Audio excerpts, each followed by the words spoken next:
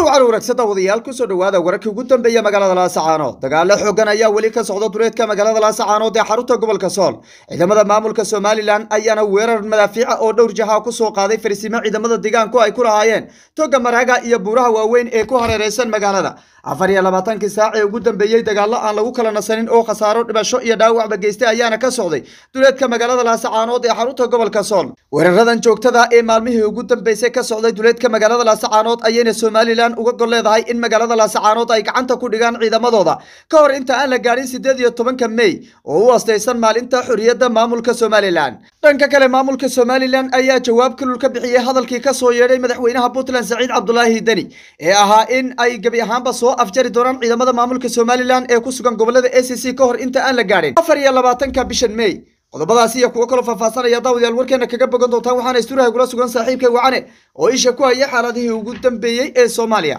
waxaanu soo dhawow magaalada Laascaanood waxaa wali ka socdo dagaalo xooggan ciidamada maamulka Somaliland waxa ay wadaan weerar joogto ah oo ay doonayaan in ay dib ula wareegaan gacan ku haynta magaalada Laascaanood oo 4 bilood ka hor gacantooda ka baxday weerar dhowr jaha ayayna ku soo qaadeen xalayto ciidamada deegaanka fariisimo ay ku lahaayeen toga maraga buuraha ku hareeraysan magaalada jab xooggan ayayna sheegayaan ciidamada deegaanku in ay halkaasi ku gaarsiiyaan ciidamada maamulka Somaliland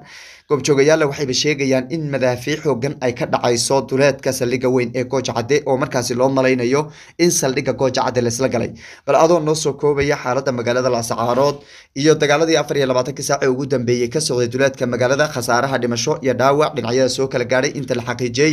xaaladda guud sida ay tahay iyo waliba hanjabaadahan iyo abaabulka xooggan ee ka socda duleedka magaalada xaalka sida uu kula muuqdo aad iyo aad baad u mahadsantahay Santiago xiisadda magaalada Laascaanood mar walba marka dambe sicirka ayay isku sii shareeraysaa dagaalo xooggan ayaana xalayto ilaa iyo maanta ka socda duleedka magaalada Laascaanood ee xarunta gobolka Sool kadib markii ciidamada maamulka Somaliland weerar madaafiic ay ku soo qaadeen saldhigyada ciidamada ACC ay kuga sugan yihiin toga maraga buurta sayidka buurta hodan iyo waliba buuraha ku hareeraysan guud ahaanba gobolada andhaha magaalada Laascaanood ee xarunta gobolka Sool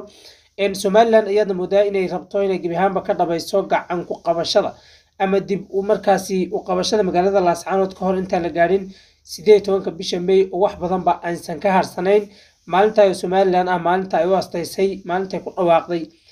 gooni u goosadka ama Soomaaliya inteeda kale inay ka madax banaanaatay si kastaba xogtu waxay muujinaysaa in Somaliland weeraradeedu ay soo badanayaan sifay gabi ahaanba dib gacanta ugu dhigaan magaalada Laascaanood ee xarunta gobolka Sool walow arrintaas isku daygeeda ay marar badan sameeyeen oo in ka badan 52 isku day ay ku fashilmeen haddana ciidamada maamulka Somaliland waxay moodaa inay qalimo iyo hadimo ay markaasi uga cararayaan goobaha markaasi ay weerarka ka soo qaadeen dagaal foolka foola ayaa haatan ka socdo dhamaanba deegaanadaasi madaafiicda lagu soo waray ciidamada ACC ayaana haatan la sheegaya inay ku gacan sareeyaan gabi ahaanba goobihii lagu dagaalamay dhinaca kale Santiago waxa iyana maamulka Somaliland leeyahay weerarkan waxay uga leeyihiin waxa weeye inay gacanta ku dhigaan 18 May ka hor halka wararka qaarna ay sheegayaan inay Somaliland arrintan uga leedahay hadalkii goodiska shalay uu ku dhawaaqay Saciid Cabdullaahi Dani xilli uu ku sugnaa munaasabad isku soo baxayd sidoo kale lagu taageeray xisbigiisa oo ka dhacday magaalada Gaalkacyo xogahan ayaad moodaa inay yihiin kuwa markaasi isbiirsanaya isla markaana haatan Puntland ay si cad u qaratay mowqifkeeda kaga aadan dagaalka ka socda magaalada Laascaanood ee xarunta gobolka Sool Somaliland waxay haatan u diyaarsantahay sidii gabi ahaanba ay ciidamo hor ay u keen lahayd deegaanada dirto ee ka socota sidoo kale tale awood ay markaasi ugu adeegsan lahayd maamulka Puntland oo haatan si toos ah dagaalka ugu soo biiray madaxweynaha Puntland hore waxa uu sheegay in dagaalka uusan qayb ka ahayn Puntlandna aysan dagaal iyo ciidamadeedu toonaysan ka wadin duleedka magaalada Laascaanood haddana waxa uu cadeeyay in dagaalka Laascaanood aysan indhaha ka laaban doonin isla markaana Puntland ay si toos ah ugu biiri doonto haddii marka Puntland ay hadda dagaalka ku soo biirto oo hore aysan ugu soo biirin maxaa meeshaasi ka dhici kara maxaana laga filanayaa dagaalada ka socda duleedka magaalada Laascaanood hor dagaalku waa xoogaysan doonaa laba quwadood ayaana si weyn haatan gacmaha isku tagi doono dowladda federaalka Soomaaliya laftirkeeda waxa laga cabsi qabaa in dagaalkan qayb ka noqoto oo ku soo biirto iyadoo markaasi dhinacyada qaar taageero siinayso dhinaca kale waxa iyana soo baxayo in madow weyn uu jiro oo ku aadan tuhunadii dadka reer ACC marka horeba ay ka qabeen dowladda federaalka Soomaaliya inuu banaanka imaaday ee ahayd in dowladda federaalku ay si toos ah la safan tahay maamulka Somaliland xogahaasi ayaadna moodaa inay Puntland jawaab kul arrintaasi ka bixinayso oo ciidamadeeda ay rabto inay ku soo daabusho deegaanada dirirta ee ka socota maadaama Puntland ay haatan gacan kuga batay oo dowladda federaalka Soomaaliya iyo waliba sidoo kaleeto maamulka Somaliland ba isku bahaysteen Puntland haatan waxay daba ka dadanaysa ma jiro waxay haatan si toos u gelisay dagaalka ka socda magaalada Laascaanood sifa ay ugu dagaalanto qadiyadeeda ku aadan Puntlandnimada iyo waliba sidoo kaleeto waxay ku tilmaantay hartinimadka waxaan ognahay in weeraro kala duwan oo qaarkood afa iyo hanjabaada oo ka ibso baxay dowladda federaalka Soomaaliya inay jireen oo ay labada mas'uul ugu sareeyay dowladdu midba uu si uga hadlay arrimaha soo jira Santiago haddana Puntland waxaad moodaa in dagaalka ay ku soo biirto in dagaalku noqon doono mid gebi ahaanba si balaadha isla markaana meel fog gaadha si kastaba ha noqotee 24 saac ugu dambeeyay dagaalo aan lagu kala nasanin ayaa weli ka soo dureedka magaalada Laascaanood ee xarunta gobolka Sool ciidamada maamulka Somaliland ayaana weeraro gaadma ah habeenadii ugu dambeeyay soo celcelinayay kuwaas oo ay ku qaadayeen farsiimaha ciidamada deegaanku ay ku leeyihiin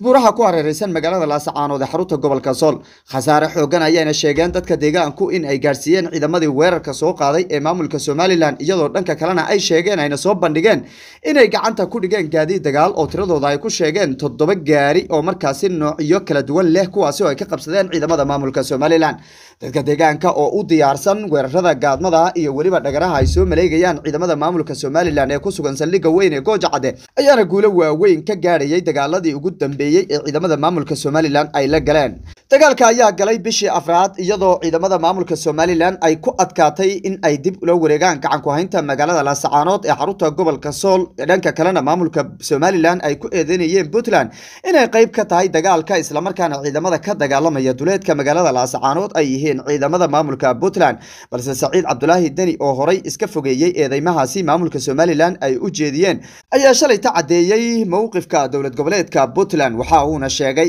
in inta aan la gaarin 24 bishan May in ay gacanta ku dhigi doonaan gabi ahaanba gobolada ACC ayna cagta marin doonaan ciidamada maamulka Somaliland goobaha ay kaga sugan yihiin gobolada ACC Saciid Dani ayaa dhanka kala xusay in Puntland wixii hadda ka dambeeyay ciidamadooda iyo laamaha amnigu ay amar u haystaan in guud ahaanba ay galaan gobolada ACC isla markaana ay dagaal ku qaadaan goobaha ay kaga sugan yihiin ciidamada maamulka SRM arintan ayaana ku soo aadaysa xilli Somaliland ay u taaglay dagaalada ay kula jirto dadka deegaanka isla markaana 4 bilood ee ugu dambeysay ay ku adkaatay in ay dib ula wareegto gacan ku haynta magaalada Laascaanood ee xarunta gobolka Sool iyo deegaano badan oo laga qabsaday ciidamadooda waana arin si adkaynaysa dagaalka ka socda magaalada Laascaanood isla markaana qoorsi gelinaysa